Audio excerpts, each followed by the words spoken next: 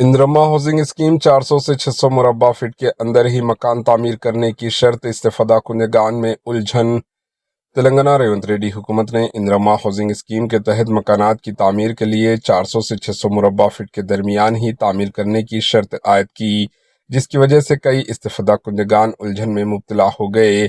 इस स्कीम के तहत पहली किस्त में रियासत तेलंगाना भर में 10,122 मकानों की मंजूरी दी गई। इनमें से 2,830 इस्तेफादा कुंदगान ने बुनियादों की तामीर मुकम्मिल कर ली है।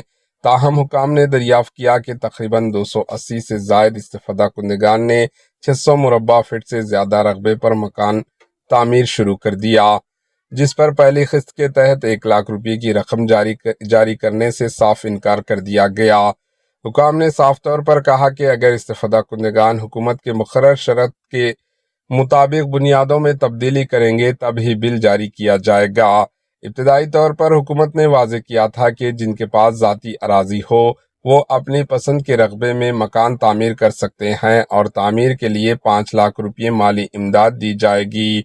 इसके अलावा मॉडल हाउस भी इस्तेफादा कुंदगान के लिए रखा गए थे और कहा गया था कि कोई सख्त शराइत नहीं होंगी, लेकिन अब हुकाम मुसलसल जोर दे रहे हैं कि मकानात सिर्फ 400 से 600 मुरब्बा फीट के दरमियान तामीर किए जाएं।